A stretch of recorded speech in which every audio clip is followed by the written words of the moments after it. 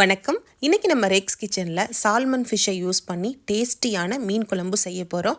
இதை எப்படி பண்ணலாம், நமக்கு என்னென்ன பொருள்லாம் தேவைங்கிறத வாங்க நம்ம வீடியோக்குள்ளே போய் பார்க்கலாம். பாத்திரத்தில் 3 டேபிள் ஸ்பூன் அளவுக்கு நல்லெண்ணெய் சேர்த்துருவோம்.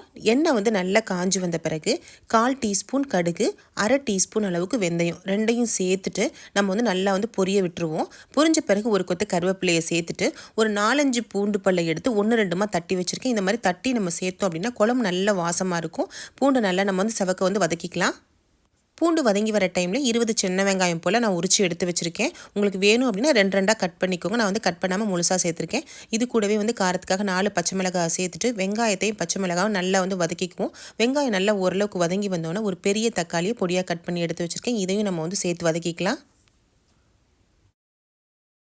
வெங்காயமும் தக்காளியும் நல்லா வதங்கி வந்த பிறகு உங்களுடைய காரத்துக்கு தகுந்த மாதிரி மிளகாத்தூளை சேர்த்துக்கோங்க. நான் இன்றைக்கி 1.5 டேபிள் ஸ்பூன் அளவுக்கு மிளகாத்தூளை சேர்த்துக்கிறேன். கூடவே 1 டேபிள் ஸ்பூன் அளவுக்கு மல்லிப்பொடியை நம்ம சேர்த்துக்குவோம். ரெண்டையும் ஒரு 2 நிமிஷத்துக்கு லோ ஃப்ளேமில் வச்சு நீங்கள் வதக்கிக்கோங்க. இப்போ மசாலா நல்லா வதங்கி வந்த பிறகு ஒரு எலுமிச்சை சைஸ் அளவு புளியை நான் ஒரு 20 நிமிஷத்துக்கு முன்னாடி ஊற வச்சு வச்சுருந்தேன். இதை நல்லா கரைச்சிட்டு உங்களுக்கு எந்த அளவுக்கு தண்ணியாக தேவையோ அந்தளவுக்கு தண்ணியாக சேர்த்து நீங்கள் கரைச்சி இதில் சேர்த்துடலாம். இப்போ நல்லா மசாலா கூட புளியை புளி தண்ணியை நம்ம கலந்து விட்டுடலாம். தேவையான அளவு உப்பை சேர்த்துட்டு நம்ம இப்போ 1/4 கப் அளவுக்கு தேங்காய் துருவலை மிக்ஸி ஜாரில் நைஸாக அரைச்சி எடுத்துக்கலாம்.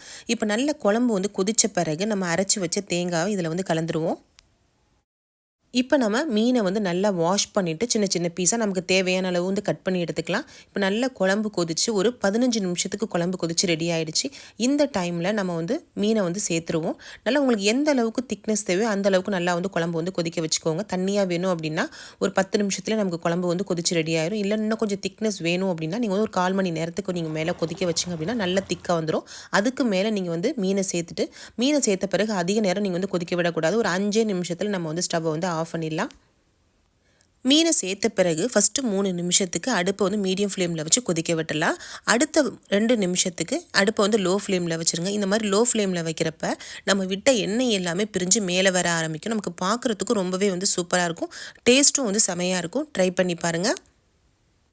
இப்போ டேஸ்டியாக நல்ல காரசாரமான மீன் குழம்பு நம்ம ரெடி பண்ணிட்டோம். ஃப்ரெண்ட்ஸ், உங்களுக்கு இந்த வீடியோ பிடிச்சிருந்துச்சுன்னா லைக் பண்ணுங்கள். உங்கள் நண்பர்களுக்கெல்லாம் ஷேர் பண்ணுங்கள். கூடவே நம்ம சேனலை மறக்காமல் சப்ஸ்கிரைப் பண்ணிக்கோங்க. தேங்க்யூ.